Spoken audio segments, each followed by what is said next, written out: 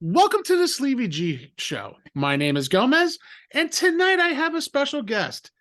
He goes by the tag name of Super Laser Seth, probably because he really hurts everyone with a laser. You can usually find him on also with my buddy DT at Space Castle and the rest of the crew. Welcome, Seth. How you doing tonight, man? Doing great, man. Doing great. I'm glad to be here. Well, welcome to the show. I know we've been talking back and forth for a while, even when I was during Playlist Wars Day. So now here we are, and we're about to get into something cool tonight.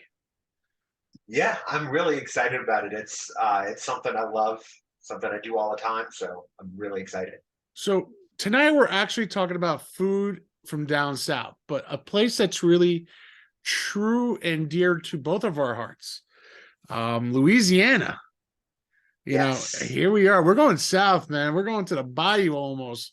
Well, kind of the bayou, depending where you lived at that time. Or I know my grandfather lived outside, probably about a 45-minute trip out of New Orleans in a little town called Gonzales.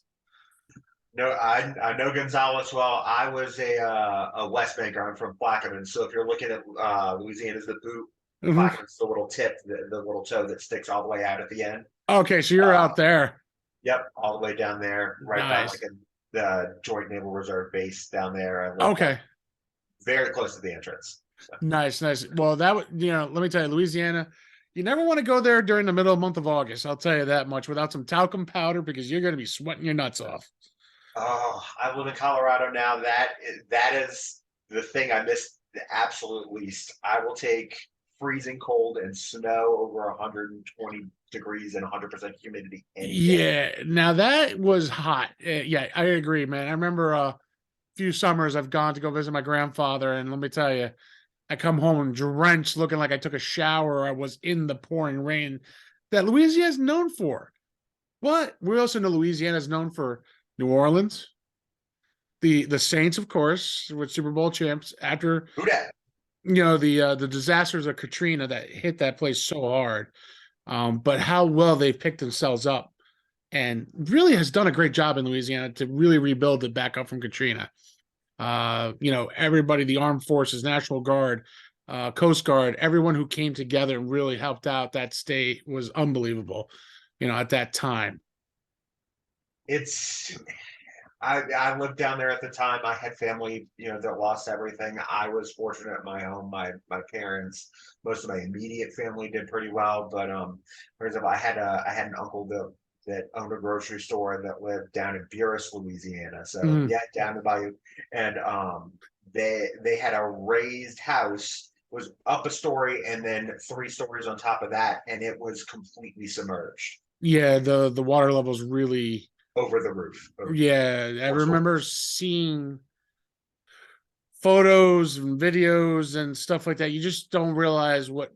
For me, my grandfather unfortunately passed away before Katrina ever hit. So, we never got that feeling of what has happened in that time. But seeing the videos, seeing the what people were going through, seeing that stuff, it kind of hits home a little bit. Even though my grandfather's been gone for some time, Louisiana is still. It's got that little part of me there, even though I'm fully from New Jersey, you know what I mean? But when my grandfather lived there, that's where I spent most of my summers when he was around, you know what I mean? He lived in the trailer out in Gonzales, man. It was so cool because he had his little fire pit. He would make his homemade jambalaya. If you were lucky catching a gator, we threw a gator on the spit. Talk about food. Now you say you're living in the mountain area of Colorado, and I'm in the East Coast, so we're both in two different directions. Where Louisiana is well, kind of more closer to me, but if we're talking both of us, we're smack in the middle of right. Louisiana smack in the middle of us, and that's what we're going to talk about: the great history of the rich food there.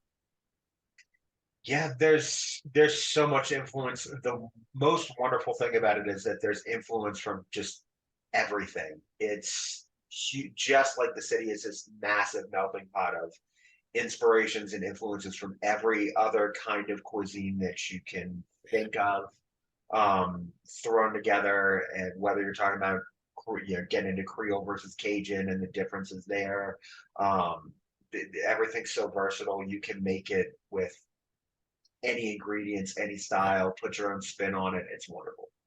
Now, I remember my first time when I went to Louisiana, they had it was my first time ever was a crawfish broil, or as they say, crawdaddies. You know what I mean? I remember those days. And my first experience, I never had a crawfish. Don't get me wrong, I was 8 years old. So of course I'm going to visit my grandfather, and there was a huge party on his on not well, just on everyone's property, you know what I mean?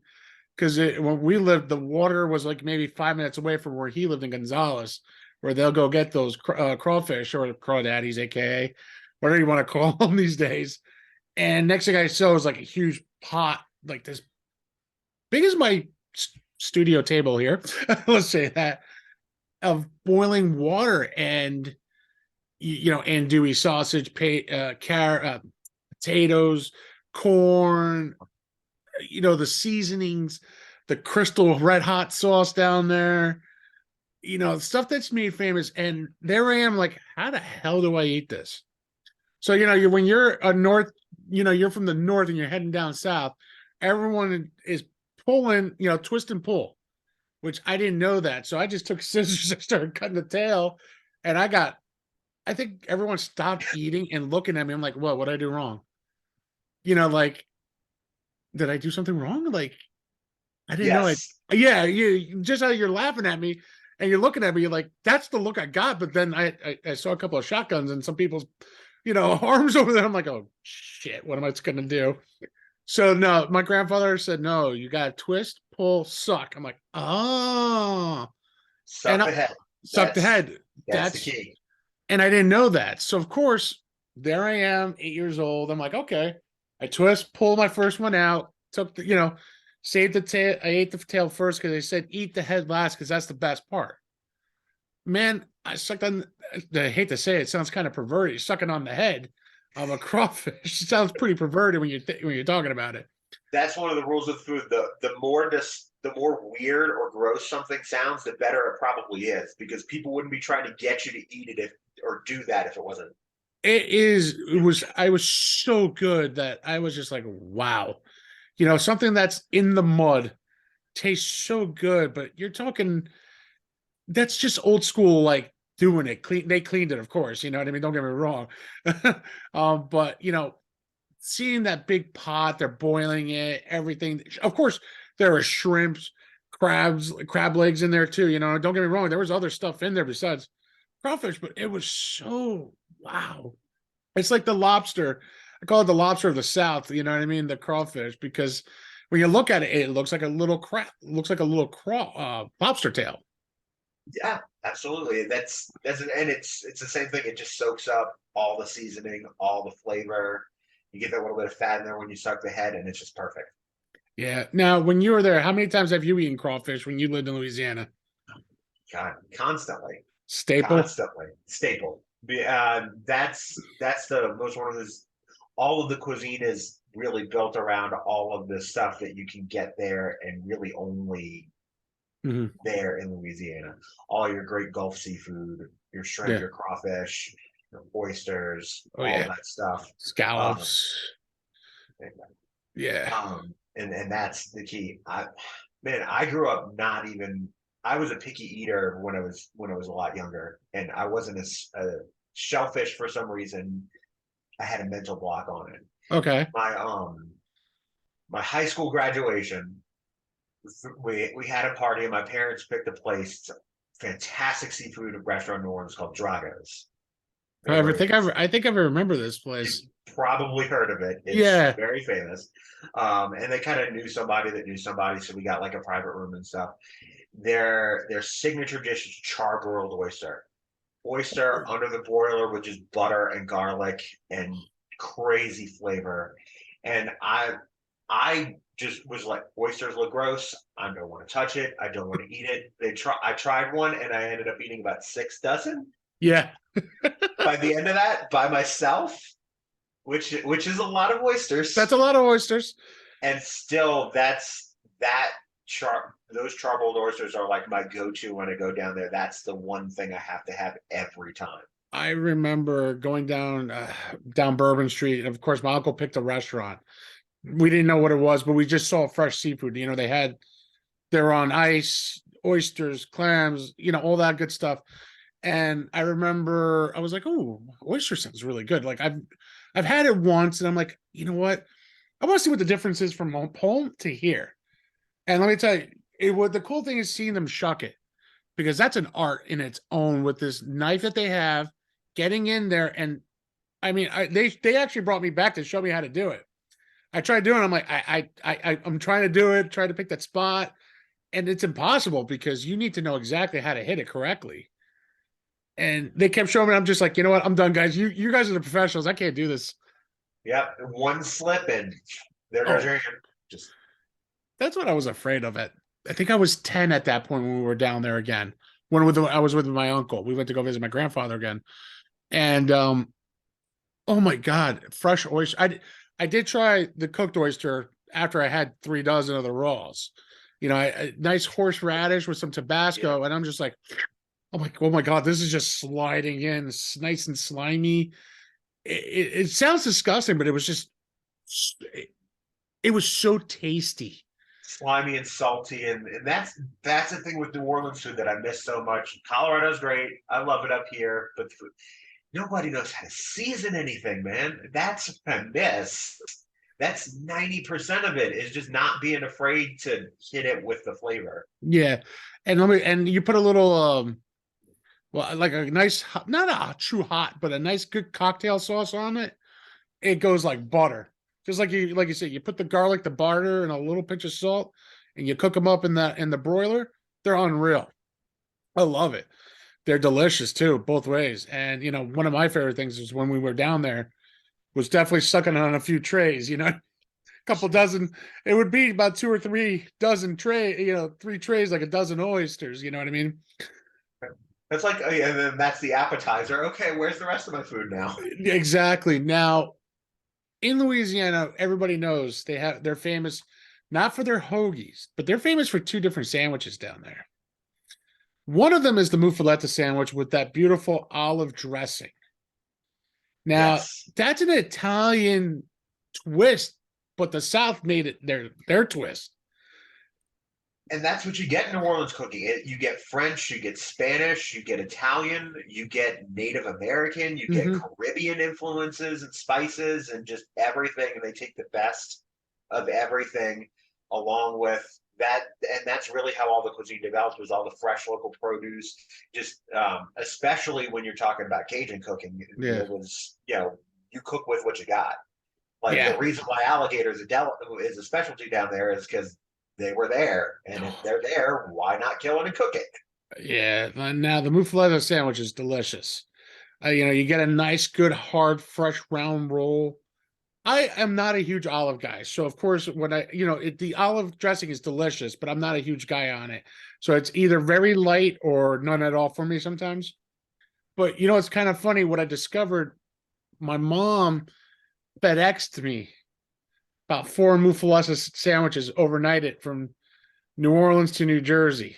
Okay, because I couldn't go the one year to get there. You know what I mean? Unfortunately, school was happening and sports were happening, so I really couldn't get there that one year. And my mom FedExed me overnighted 4 sandwiches.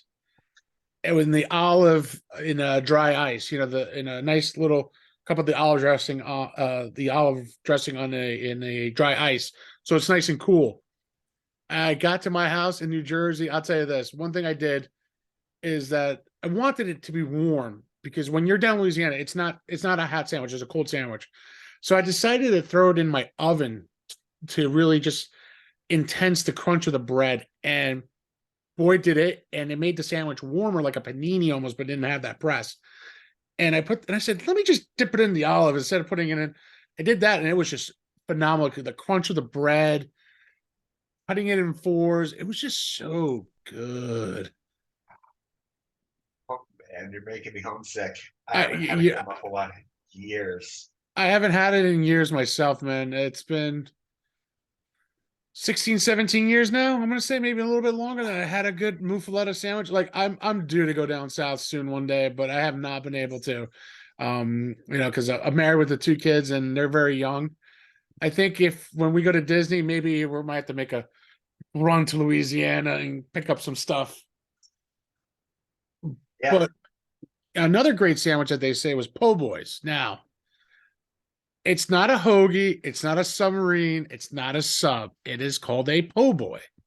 it's a very you can't. It's a very specific type of French bread. You can't get it anywhere else. Believe me, I've tried. I have this morbid curiosity about trying, like when I see Cajun stuff other places, just like trying it to see if they got it. Yeah. If they how close they can get, and that is maybe the hardest thing to get right. Nobody can get that bread just crusty and crunchy It, and it, perfect. oh, God, and it just melts in your mouth when you're eating a sandwich. Now, again, we just went to a place in Bourbon Street. We were hungry, and it says make your own po' boy. Okay, that's a bad idea because I made my own, and it was shrimp, oysters, mussels, and I threw gator on top. It was yay big. I got that thing in my mouth, with the lettuce, tomato, mayo, drop of lemon in there. You know what I mean? Oh, And that's the great thing about porridge. You can throw anything in there. you could throw a Um, catfish in there. Fried seafood, catfish, roast Oh, beef debris po' boy. That's my jam right there. all right. I'm a carnivore, Yes. but like meatball, Yeah. even just like your regular cold like ham on there with some Swiss stuff like that. You Even can a chicken throw. parm in there was perfect. And it's just funny because the name it's called po' boy. Now, there's a reason. I never looked it up, but I know there was a reason because it was, I guess they couldn't afford the poor, so they just chopped it off the OR and made a po. So, but it really was, it's pretty funny, but I know there was a reasoning why, but it doesn't matter because the damn thing is so good. Yeah, the po' boy it was a particular shop and it was like a lot of foods that are like considered gourmet or big deals now. It was literally because it was for the poor boys. It was Yeah. for workers. It was stuff that other people didn't want to eat. It was a sandwich that you could make out of like scraps and cast offs and Mhm. leftovers, and it would still be delicious. It's the same thing. There's a Peruvian dish, being that I'm half Cuban, half Peruvian. It's called vite a la pobre, steak for the poor. So you get a thin sliced steak, right? You got rice, you got plantains, you got French fries, and you get two sunny side eggs up. You know what I mean? Like we're talking sunny. You crack that. That's the poor man's lunch right there, or dinner. Yep. It's amazing to think about even stuff like brisket. It used to be like a cast off cut, and it was people figure it's like if that's all you got to eat, you will figure out a way to make it delicious. Oh And then yeah. it circles back, and all of a sudden now it's considered fancy and it's expensive. I don't consider it fancy because man, if I'm eating it with my hands and no fork and no knife, that's still my poor man lunch right there. Let me tell you that much. Yeah. Ah, boy. And like I said, that's one of the ones that you just every now and then, you go other places, you can find places that have good seafood and they can get Oh stuff yeah. right. Brunch is a big staple in New Orleans cuisine. And you get a lot of that. You can get eggs Benedict in different places, Oh, yeah, without a and doubt. But that can travel, but nobody can get po' boy bread right. no, definitely not. I mean, I've had places up here in North New Jersey. They say Louisiana po' boy, and you know, it's like saying you're going to Louisiana and they're making a Cuban sandwich. You know what I mean? And there's a restaurant right here, very good, delicious. The seasoning was almost there, wasn't quite there. And I said, well, I'm gonna have the shrimp po' boy. You know what I mean? But don't make it a chipotle mayo. Just put mayo. It does not, if you're gonna spice it up, you put hot sauce. But I said particular crystals, which we'll get into that in a few minutes. Oh yeah, Because don't get me wrong, Frank's hot sauce it's a staple now here up here in North New Jersey. But there's something about Louisiana Crystal's hot sauce, crystal's a little bit sweeter and it's got than a normal hot sauce. Yeah, and it has a little bite to it at the end that it reaches down right here in this little spot at the throat that just hits it perfect. You're like, damn, that's good. And I've had a good. It was a decent shrimp po' boy, but it was not. Don't call it a Louisiana po' boy because it's not. But like, why isn't? I go because you cannot get the bread right. You have a beautiful. It's a beautiful Italian bread with a crunch to it. But I said, you see how it's soggy? They're like, yeah. See how this is soggy? They're like, yeah. A po' boy sandwich is not soggy. It doesn't get soggy. You can dump roast beef debris with just gravy oozing out of it, and And it's still it's not soggy. and they will not break apart. That sandwich will stay together. So that just shows you that the French, it was because I believe that was a French bread almost, really made a hell of a sandwich. You know what I mean? With combining, like you said, combining the French to a Asian or Creole cooking of Louisiana, and they invented something really good, like you said, the poor man's food. But to me, that's not poor man's food. That's my kind of food. I ain't that poor, but I'll still eat the damn thing. No, I remember going to Louisiana, and you could probably the chain of restaurant down there was Shawnee's. Mm-hmm.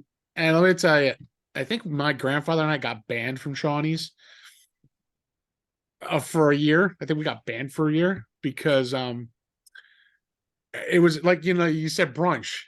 So 9:30 in the morning we're there.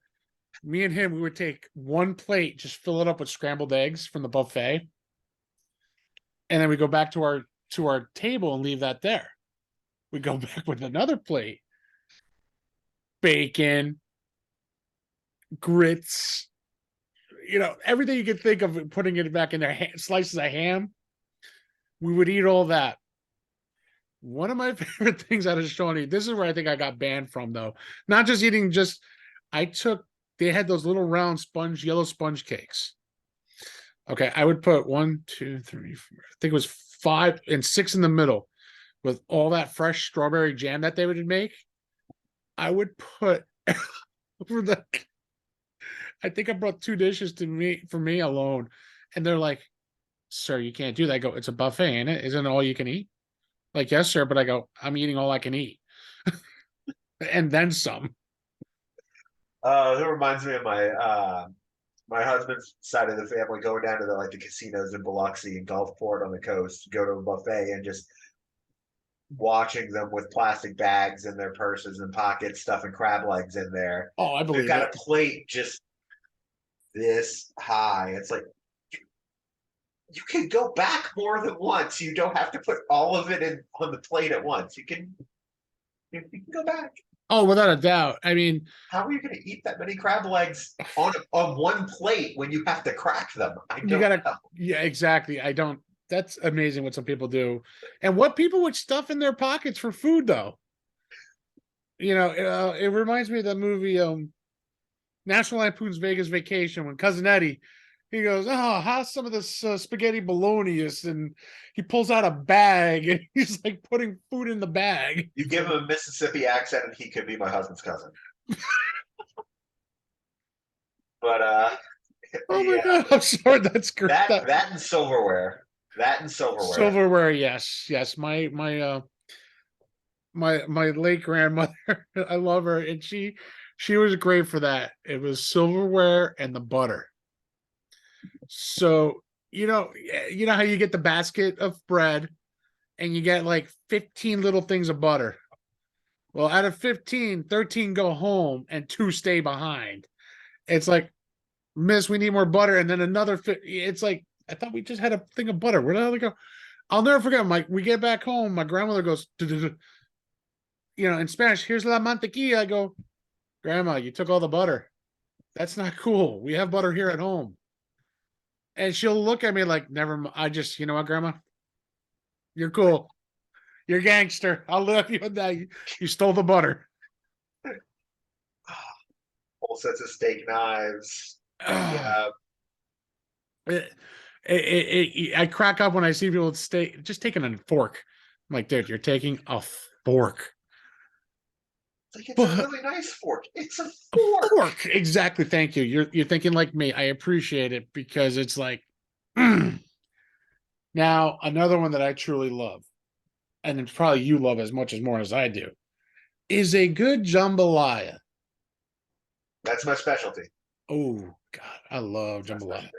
I Now, got a good family jambalaya recipe, so I'm nice. all in on that. So DT did mention that you are a chef too, and a good cook. I heard. I'm a pretty solid cook, self-taught. I started late. I remember the first time I actually went back to, I think it was Thanksgiving, and I actually cooked something and brought it, and I'm in late 20s, Okay. and my mom basically looked at it like, you brought, you cooked something? They were suspicious. Right, right. No, try it. It was good. That's I knew what awesome I was though. doing. I I'm again self-taught cook too. I don't I'll read the directions a little bit, but then I'll just say forget this. It's I make a specialty of a Peruvian dish called lomo saltado. So it's a great dish. It's steak strips. So it's steak strips, onions, French fries, tomato in a soy saucy broth with wine. Ooh, So I'll cut the onions and red onions. You're supposed to use white. I like red. Has a more of a intensive flavor. So I would actually saute that first to get a nice little brownish to it, and I would take some white wine to deglaze a little bit and get that intensify the flavor. Then I'll put the steak strips in, let them cook a little bit as the water, as the water keeps up with the steak strips. I I will drain it a little bit, and then next up I put a little with soy sauce too. I forgot to mention soy sauce is a key thing here. I put soy sauce in the onion, and then I put soy sauce in the steak. And then what I'll do is I'll dump the tomatoes in with the seeds and everything to start now getting my broth going. You know what I mean? Almost like a brothy. And then I put the white wine, the soy sauce, then I get the French fries in there. Now, as much as there's fries in there, it doesn't suck up all the juice. So I hit it up again with more soy sauce, more broth, as I'm mixing it, and then I dump the onions at the end, stir it up. Oh, oh, so good. It it's the greatest thing. If you ever had a good Spanish dish, this is one. It's a great Peruvian dish. If you're like a self-taught cook like that, I recommend you trying it at home, man. Uh, it's yeah. a it's a die for it. Now I got off topic because jambalaya is one of my favorites. Yep. It's mine's more of a Creole version, so it uses tomatoes is Mm. the big difference. Oh, there's a huge difference with that. Yes. Yeah. The kind of a recipe. But yeah, it's you get your holy trinity in there for your vegetables, your celery, your bell pepper, your onion. Usually yellow onion because Vidalia is closest I Oh, got. well, yeah. I usually do chicken and sausage, especially up here because finding shrimp of the quality that I'm used to is It's hard to find up there. iffy. But I can surprisingly find some pretty decent andouille. I found a couple brands that I actually like. Oh, nice. I love a good andouille sausage too. You know what I mean? It's such an intense flavor, and it makes a jambalaya over the top. Yes. And my grandfather used to make it too before he sold the trailer and everything. He had unfortunately go to a home on a almost like it was an army base too. Um, Down in that area. It was right by the water too. I just can't remember exactly what town it was in. And it was a veterans hospital slash to a old folks home. And I remember we used to stay down there with my grandpa when we visit my grandfather.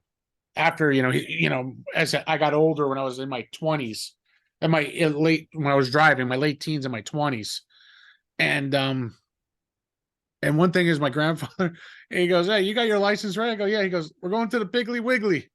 I go, "Yes." I go, "I already know what we're getting there." And he goes, "What do you think we're getting?" I go, "Jambalaya," because that's the only thing we love out of there. Because it was funny. Piggly Wiggly made a good jambalaya. I mean, That's the thing with in New Orleans with the staples because they've got all the right ingredients and everything. You anywhere you go, you get one of those dishes, it's gonna be at least okay. Oh And yeah. most of the time pretty good. Like just like restaurants down there that I took for granted because it was like some place that was like, oh, it's just like a cheap little place I go some grab one sometimes. Up here, it would be like I would go there every day for every meal. That would be all I would want. So I like you said, jambalaya is just so good, and I'll tell you, for a supermarket to make it, but you know, you could tell it has all the heart of a homemade jambalaya because you could taste the love in that. You know what I mean? Yeah. And that's the great thing, like jambalaya, gumbo, etouffee, all that is stuff that you can make in big batches. Honestly, a lot of times it's better when it's a big batch that you can cook slow for a lot longer, Hmm. and then it sits for a while, and the spices just soak in more and more. Oh yeah, you know, It's you almost always definitely. better the next day. Yeah, you know what's funny? It's just I was about to say, I find fresh gumbo is good. Don't get me wrong, it is delicious. But if you wait a day or two later to eat it again, I don't know what it is, but the flavors, I guess, intensify more while Yep. they're sitting there. And oh my God, my mouth is watering. Excuse me. Because I remember how intense the flavor was. It was so good. Either the jambalaya or the gumbo, either one for like a day or two later, it is absolutely out of this world. Like my wife makes a chili up here in New Jersey and chopped meat, kidney beans, corn, peppers, onions, everything. It is delicious. And I mean delicious the first day. A day later, oh my God. It takes time for those spices to really set in on there for anything that you're stewing or roasted for a long time like that. Yeah. Yeah, it is because I remember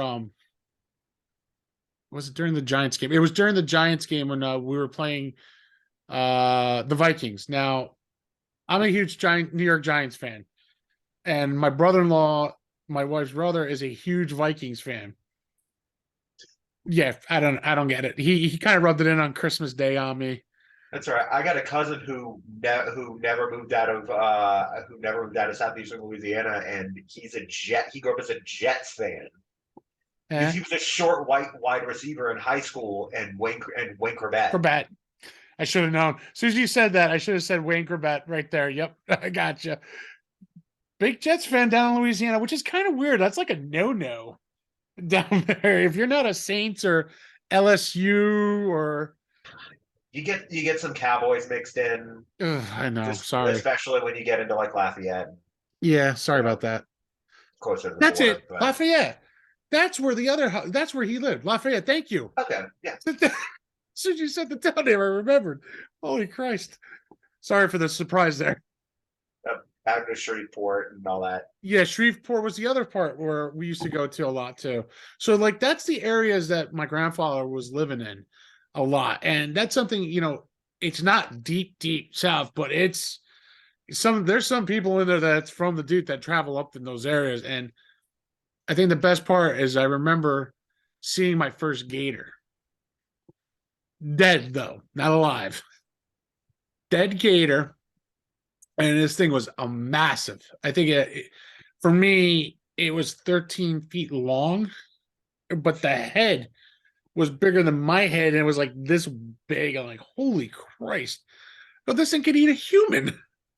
And there I am. I'm sitting on top of my, I'm taking pictures of a thing sitting on top of it. I'm like feeling. I feel the muscle still kind of contracting a little bit on the back. I'm like, you sure he's dead? I know the kill spot's a quarter big. You sure you nailed it right? It's scary. And but if you've not had gator, it's delicious. The thing about gator is it has to be cooked exactly right. If it's Yes. off even a little bit, it's tough and it's stringy and it doesn't hold any flavor. And it's like, I've seen people in a fire pit either spit roast it, skin it, of course, you know what I mean? You have to skin it. Because the flavor you have to intensify it with all the powders and everything to it to get it in there and everything. But my my grandfather's neighbor, I'll never forget this. He had he had like 3 acres, and my grandfather lived on part of that acre. You know what I mean? They worked out a negotiation where, he was able to live there, no problem, no rent, nothing. That's what I loved about Louisiana. Everyone was really cool with each other and help out each other. And that's something I always respected that. And the guy's like, no, you can live on that half acre. Don't worry about it. It's my property. Your property is right there. We'll share it. You just keep up the side. You know what I mean? So that's cool. And one thing I remember is that when he brought the gator, I'm watching the guy skin it. It's not 5 minutes. It's like a little over an hour to skin this bad boy, because it's very detailed, because you have to cut it a certain way, because he sold the hide, which again, at that point I was like 8, 9 years old. I didn't know that. So of course, I didn't realize that alligator skin was worth a lot of money at that point. Now, 43 years old, you're like, damn, I wish I went in the business. But the way he cooked it was this huge, like handcrafted barreled barbecue with the grates on it. And the thing was, he threw it right on top of there with all this, the seasoning, the Creole seasoning, the red, the garlic powder, the pepper, everything you could think of in the mother, and threw a freaking apple in the guy's mouth, the gator's mouth, which was great. I thought that was awesome.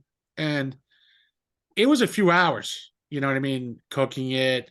He basted it and told me, he always said, try the tail meat. It's one of the best cuts you'll ever have. I said, okay. Gave me a good chunk of the tail meat. It was not stringy, wasn't gamey, was perfect. It tasted like a good, and it's funny that I'm going to say this. It tasted like a good quality chicken. You know what I mean? Like, it didn't, some people always ask me what a gator tastes like. To me, it tastes like a good quality chicken. Like, it still had that seafood flavor, but it just it didn't taste like gamey at all to me. I don't know, because I guess I'm used to Southern cooking, you know what I mean? Yeah, and if you season it right, you don't get the game. Yeah, and it was so good. It went down like butter. Yeah, if you cook it just right and it's tender, that's one of those things, like I would never order that outside of like down there. I would never. I did. That's what I would never ever try. Oh, I did once, and I'm actually gonna tell you, it was a gator po' boy. It was deep fried, and let me tell you, it wasn't stringy. It was actually pretty damn good. okay. You know what I mean? Because that's what I think that was the difference between when you do it a barbecue style and you're going to go deep fried. You're expecting it to be a little bit stringy when you deep fry it. Yeah. So yes, was a little bit, yeah, but it wasn't as bad as I thought it was going to be. But with the crunch, the deep fried of it, you know what I mean? The coating on it, that crunch from the bread to the crunch of the gator. Oh, I love that. It was good. It was so good. And then we're good at dessert too. We got everything. Beignets is your most famous. Beignets. I finally got it. Been 3 years since I've had one. My mom showed me up. My birthday's in mid-February, so it falls in Mardi Gras season. So I got Happy delayed birthday. Thank you. I got a king cake shipped up for my birthday. Oh, king cakes up here in North Jersey are not the same from down south in Louisiana. Not even close. They have no idea what they're doing. No. And I was spoiled because I mentioned where I had an uncle that had a grocery store. They did a fantastic king cake. They would do cream cheese icing. It was just phenomenal. one of my absolute favorite things I've ever eaten. They still make them. Oh my god, I love the king cakes. Those are good, man. Those are. I mean, I'll never forget the one time we ordered it, and we didn't know it was like when we ordered it, we didn't know it was going to be this huge piece that came out. You know what I mean? Like, you don't when it's the description on a restaurant is, flavored this with, like you said, the icing with the. And we didn't think, me and my uncle, we didn't even look at the price and how much it cost. It was like $50, but we didn't know it was going to be this big freaking piece. I'm like, Well, listen, I don't think we're gonna finish this tonight, but we'll take it a go because this thing was so big. Oh yeah, king cake's not one that you just like get a couple. Like you get a king cake, you get a whole king cake. Yes, you do, and that's the way to really get it. Because if you get it smaller, forget it. It doesn't taste right. Yeah, Something with the flavor, I feel like the flavor de-intensifies. Like you lose flavor out of it. and they don't tend to hold up really well over more than a day or two. That Without a that doubt, after 2 days, forget it. You that's might, when you have to eat fresh. yeah, They start to feel stale really quickly. right. And one of the other staples is banana Foster down there. Now, seeing how they cook the bananas into the sauce and everything is unreal. Oh yeah, get a little flambe going. Oh, Table side. everything just perfect. But there's more to it. There's other desserts, but one of my personal favorites besides beignets is the bread pudding. Bread pudding's a tough one because you get no two people like their bread pudding exactly the same way. I That's the tricky part. How do you like it a little bit more custardy? Do you like it a little bit drier? mm, You want it I sweeter? Do you want it more savory? You could do anything with it. see that's what I love about bread pudding. I love them all. It could be a little bit drier, it could be a little bit more mushier, but as long as the intense of the flavor is there. So, like for instance, I love rum bread pudding. Like I know friends who made rum bread pudding, but for some reason, with the rum bread pudding, it cannot be soft. It has to be a little bit more harder, drier, because of the alcohol to intensify. You know what I mean? Yeah. So you gotta cook it off. You gotta make sure you cook it off enough, which usually means it's drier. Yeah. Yeah. So, but up here in New Jersey, restaurant Ruth Chris Steakhouse, they make a really good bread pudding, and it's And a good actually creme brulee. their creme brulee is great too. But they make a Jack Daniels, like a Gentleman Jack's bread pudding, I've had it. and it's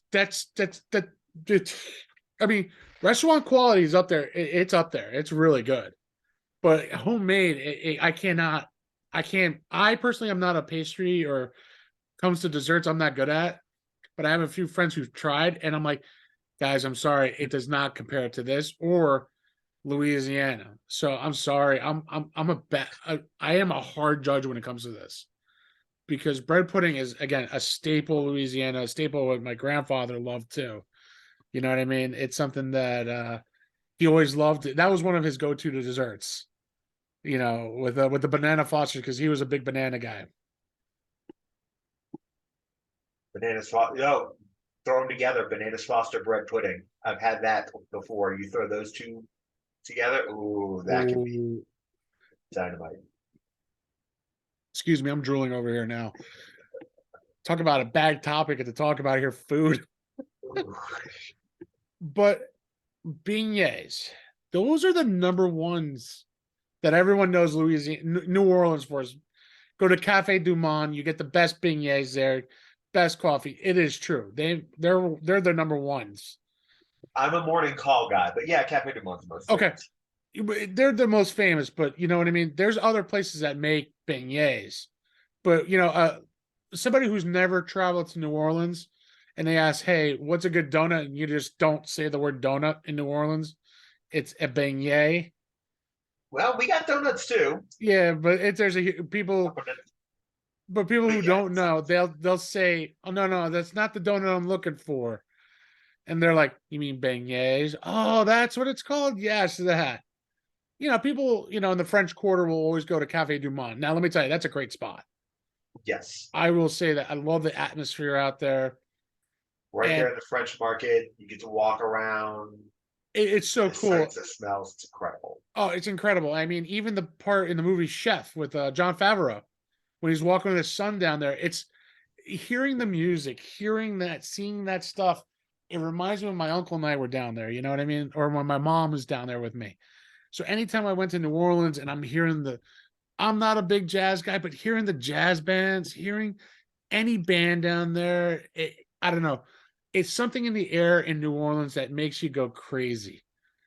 It's something that I don't know. You could probably describe it the best way because you're a native of Louisiana. It's just I have way too much fun when I go to New Orleans. And you're just walking around, and it's all these things that other places try to get rid of and push off the streets. You've got the street performers, you got people doing tarot over here, you have people just set up painting, selling with paintings that they've done, some and they're working while they're doing that. You get caricature artists, you get people doing doing gymnastics and Yeah. acrobatics and break dancing in the street, little amphitheaters, and you just stop and it's like somebody, a street performer, just you sit there and watch it for like 30 minutes and drop something in as you walk by. Somebody on a sax over here, somebody on a trumpet over there, and walking by the clubs, walking by the restaurants. um, and you can literally just anytime you get hungry, you can pretty literally stop anywhere you are, look around, and it's, oh, there's a great place to go eat. Hmm. Go That's for it. and that's one thing I loved. It was definitely the performers, man. That was always the best thing seeing because something about it. I don't know. Something when you're in New Orleans, it doesn't matter if it's day or night, and you see these guys performing out there. These are not real actors. These are guys who are just making a buck. They're trying to make a living out of our tips. And I remember there was a magician there, and he picked my uncle, puts this thing around his neck, and I remember he took it, it looked like a sword. So, going through his neck, what I mean? Like it goes right through his neck, going like that. My uncle would fail. You know what I mean? And I dropped the guy $10 because first of all, it was the coolest thing. He picked my uncle. And I kind of go to my uncle, I go, so let me guess, the knife went right through around, right? He goes, how'd you know? I go, come on, it's like trick 101. You need to learn your magic. And he goes, yeah, that's how he's described it. I go, but the other thing is, there's a spring that's connected on this side and it'll go that way. And so the knife looks like he's doing it at the same time. He was like, holy shit. I go, I didn't want to ruin it for the guy. The guy's got to make money. Exactly. And they're not always the most sophisticated, but they're good. They're good with the pattern. They get by with the banter and just with the vibe and the Mhm. atmosphere that they can create, being friendly, knowing how to work the crowd. Yeah. And that's one thing people don't realize, like how good, you know, yeah, I mean, don't get me wrong. In Louisiana, there are some really hard towns in there. You know what I mean? Like K Town, all that area. You know what I mean? There's some hard stuff goes on in some spots. Not anymore, but back in the day, you know what I mean? Now it's a different vibe. People have learned to love each other more, especially after Katrina, because a lot of people helped out each other. It doesn't matter if you're a criminal or not, you were there helping. Yeah, and the further you get from it, the more some of that starts to creep back in. The crazy thing about New Orleans, most places it's like, okay, you avoid this neighborhood and then this neighborhood, and this neighborhood's okay. New Orleans, it's half the time it's street to street. You Yeah. go go through a nice area where it's a bunch of bougie shops on Magazine Street or something like that. You go just a couple streets off and it's like, oh, this is a rough area, two more blocks down and you're back into like $1 million homes. Yeah. I mean, for me, it's like New Jersey. Like, we had towns there are hard, are hard towns. You know what I mean? Like one town was where I used to live is Passaic, and it's a melting pot Passaic. Where Rutherford, where I was grew up, is mostly middle class people. Let's just say it that way. You know what I mean? Hardworking middle class, upper, middle class, not upper. Well, there might have been a couple of upper middle class, but but middle to upper middle. You know what I mean? Is the way I look at it. Where we came from Passaic into that town because my parents worked their tails off to get me into a better life. You know what I mean? They didn't want me to be a little hellion, I guess, growing up, which I get. That's every desire for every parent, every kid. You know what I mean? I have two kids now, my own, and I'm making sure they're not like that. You know what I mean? That they're brought up correctly. And the one thing I always said was food was always where the heart is. And Passaic at that time and Union City, which I called Little Cuba, was it's the best thing. You know what I mean? I got Spanish world. You know what I mean? You get two diverse Spanish families. My dad being Peruvian, my mom being Cuban, and you have the best flavors of the Spanish world. And that's what I think Louisiana is. But you have French, Spanish, Native American, like you said, you have all these cuisines in one huge melting pot of Louisiana, New Orleans. And let me tell you, the flavors are intense down there, and they're great. And I want to tell you, if you ever go down there, and I'll tell this to, this is what I tell everybody. Goes like, I can recommend like restaurants and places that I remember. And granted, some I moved before COVID, so some of my information is a little out of date. Like so many places have closed and changed Right. over, changed chefs, you know. But the thing you do down there is you can plan out a couple of like flagship places if you want to do Commanders or do brunch at Brennan, something like that, and like Mm. plan that out. But if you're going down there to eat, just walk around, find a local, ask them where you should go. Tell Yeah, them what you want to try and ask them, and they will tell you 5 places within a couple of blocks that are. I fully agree because I remember my uncle and I were like, "Hey, where do we get something good to eat?" Local guy goes, "Go right down there, right there. That's the spot." You know what I mean? He goes, "You want a good sandwich?" That's how I got introduced. That's how I made my makeshift po' boy. I don't. For every famous restaurant in New Orleans that is as good as advertised, a local will know at least 3 or 4 other places that will do like that specific dish that you're craving, Mhm. as well as that for like a quarter of the price. Yeah, exactly. Like my uncle and I, we were not. We said we went to Cafe Du Monde for the beignets and the coffee. You know what I mean? Because we were- we knew it as being the best, one of the best. You know what I mean? So, and you go for the experience too. But it's kind of funny. It was, I think it was like 2 blocks away, and this is where we discovered one of the I think was the best muffaletta sandwiches. You know what I mean? And they were making beignets there too. So it was like a deli slash pastry shop, or butcher shop, I really should say. It was like a mixture of all three in one spot. And the smell in there was just like, and it was air conditioning too, because I remember it was over the summer, and I'm just like, it's 103. We just needed to stop for a couple minutes, and we're in there, and I'm like, I go, "Uncle, you hungry?" He goes, "No, but man, whatever's in here smells really good." And there's a lot of great places like that, like a lot of this like local seafood markets that people go into to buy their stuff. Restaurants buy from there too. They'll Mhm. just boil up seafood and like fry something up and sell it if you want to go in for lunch. Exactly, and that's what I love. It's finding those, as we call them in Jersey, dives. You know, The thing about New Orleans is that almost everywhere is a dive, dive especially if you're in the French Quarter where every building is like two to falling three apart hundred years old. and falling apart. Yes, but there's a difference from, I think, for me, when I talk about a dive compared to a Louisiana dive, is that a Louisiana dive, the building is three, like you said, 300 years old, but they make it feel like home. You know what I mean? The restaurant is like a homey atmosphere. It's like you're going into someone's home. A New Jersey dive restaurant, it's like how it sounds. It's dirty, it's grungy, but the food's freaking delicious. You know what I There, mean?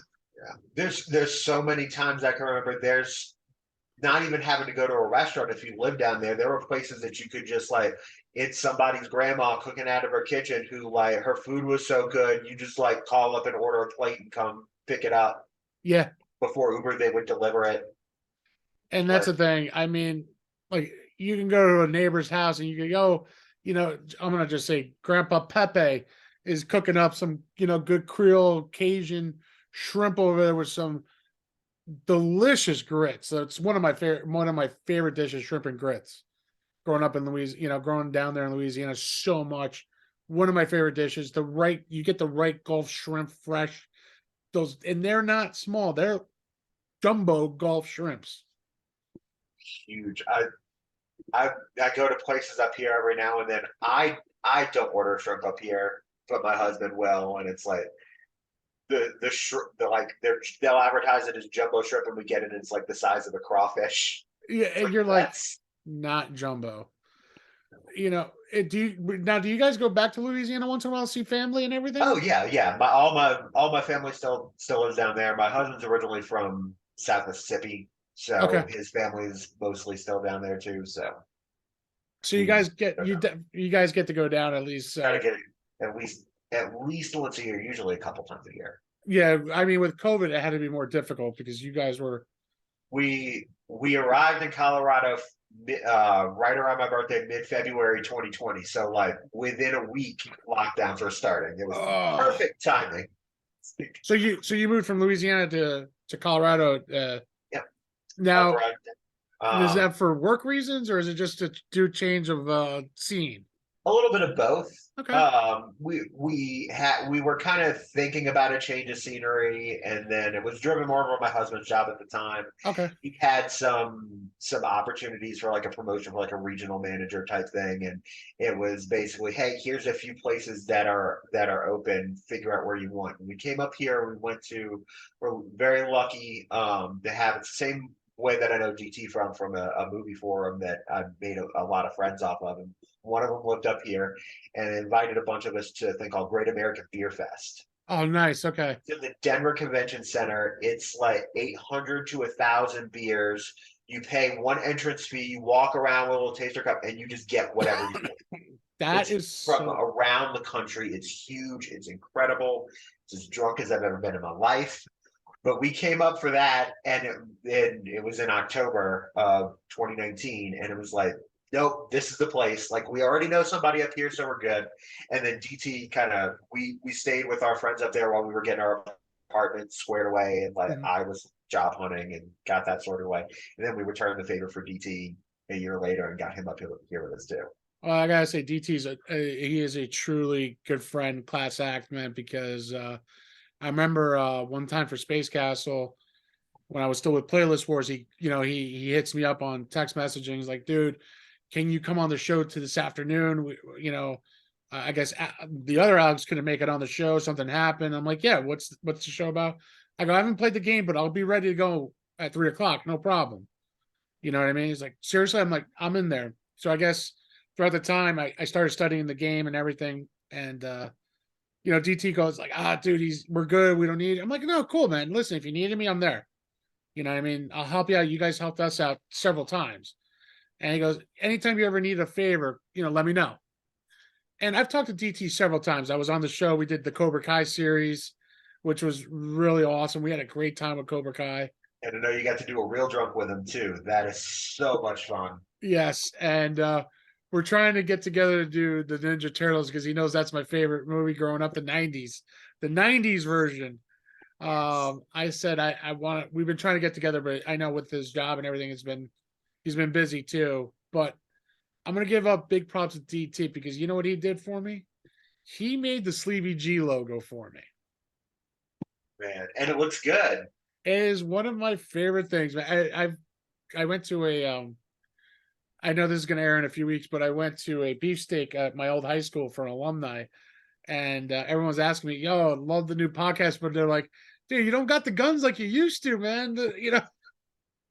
I go, "I know, but it's the concept. It works, And they all love the name of the show. They thought it was pretty catchy. You know what I mean? So, definitely big ups for DT for doing that. I gave him carte blanche. I'm like, do whatever you want. Make it cool. Make it something that you'll never forget. And the guy did it. And first class on that, man. I gotta give DT a lot of props for it. He's the best. He lets me make him go watch Marvel movies that he knows he's probably not gonna like, Yeah, just so we can hang out together and have something to talk about. I but love it. that's cool. He's a down earth kind of guy. He actually he was doing something for work with golf. He goes, I know you like golf. He sent me something when he was working on. I said I loved it, and I subscribed to it because he's a true friend. You know what I mean? Like you are, Seth. You know what I mean? And I take great pleasure of you always highlighting my stuff and checking my stuff out too.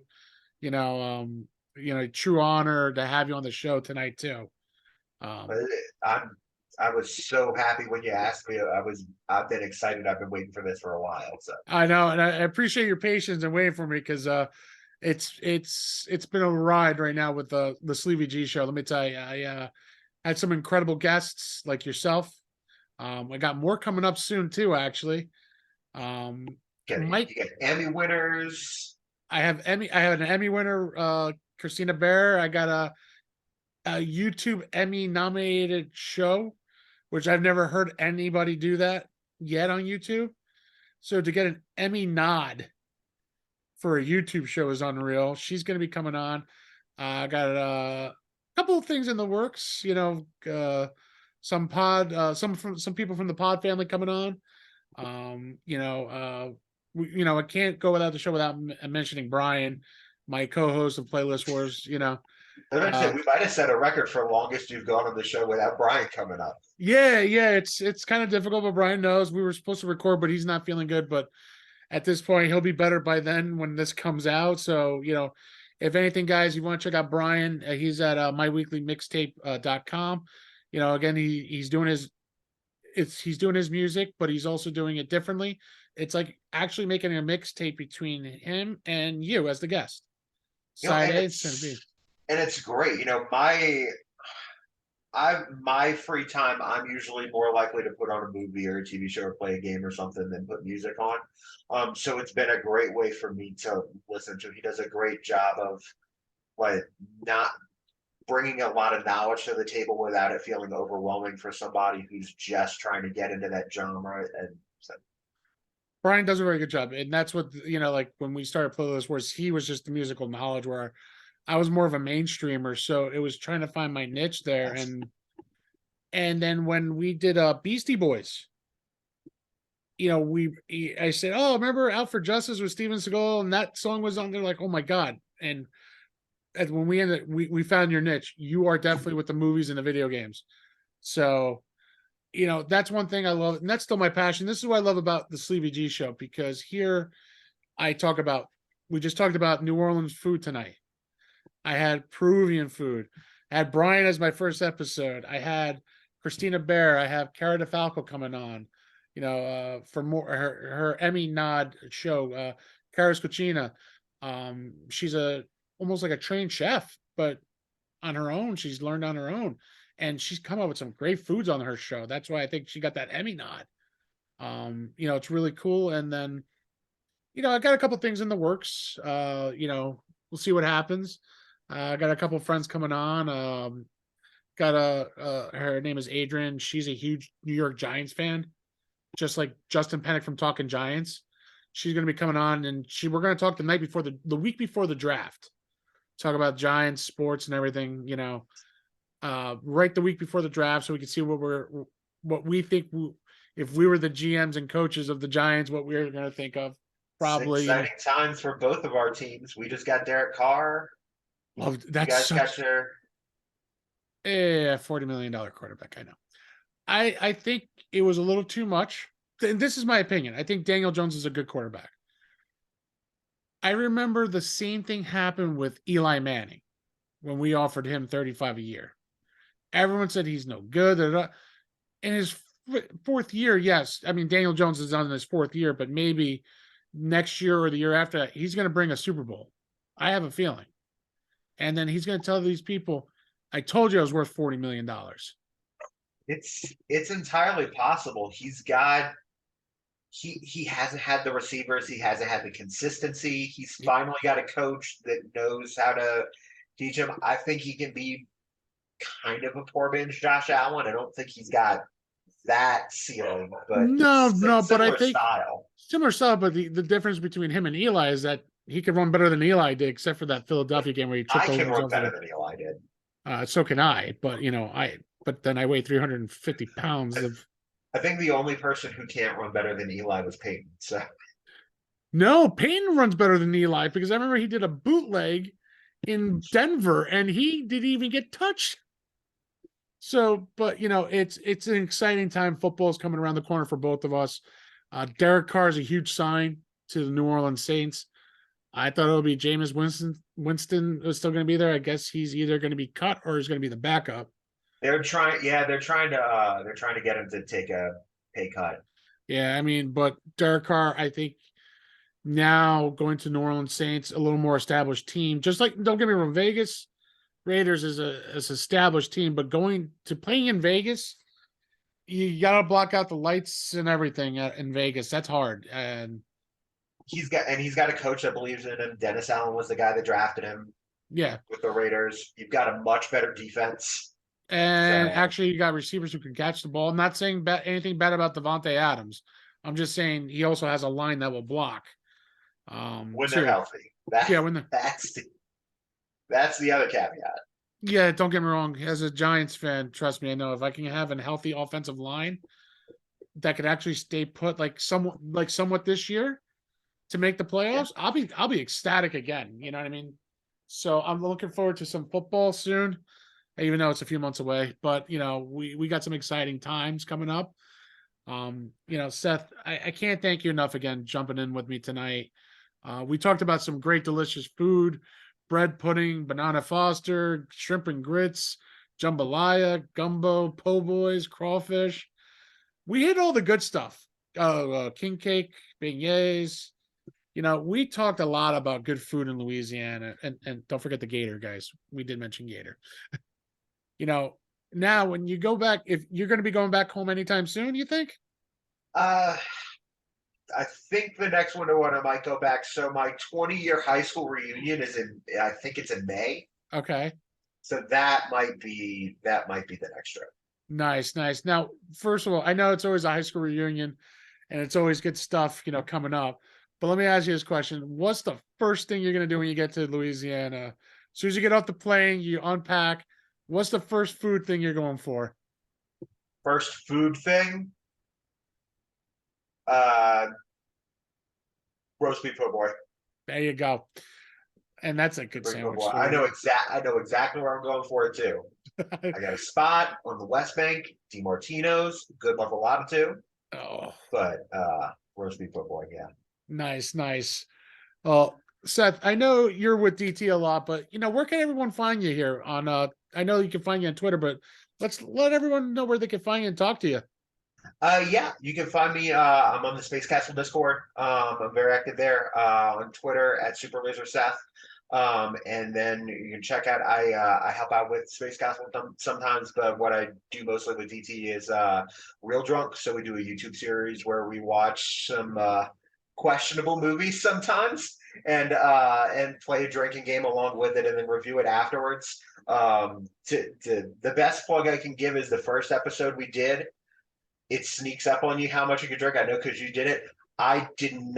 I finished the entire review of Sleepaway Camp, fell asleep without turning off the camera. DT's got 8 to 10 minutes of footage of me just snoring, zonked out backwards in the chair somewhere.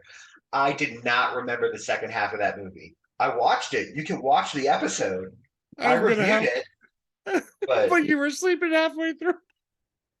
I did not remember that. I did not remember what happened. Oh my god, that's great. But it's on camera. So. It's there. It's there on YouTube. Well, again, Seth, thank you so much. Sleevers, thank you for joining us. This is a great episode. We had a lot of fun. Now I feel like taking a little trip down to Louisiana myself and go get some real good food myself. Oh God, I'm hungry now. It's late. Go figure. And just remember, if you go eat barbecue shrimp somewhere, it's not shrimp with Sweet Baby Ray's on it. I had somebody do that to me up here. Sweet Always baby, ask first. yeah, Sweet Baby Ray's is good with ribs. For up here in North Jersey, I will say that. Anything else, don't do it, please. Guys, thank you again for listening. Seth, thank you again. It was an honor having you on the show. And that is it for the night, guys. Keep an eye out. We got a couple things burning up with the sleeve. Well, not sleeveless shirt that I have on. Really nothing under there, but got some things cooking. Thank you again, guys. Good night. Love, peace, and happiness. Good night, everybody.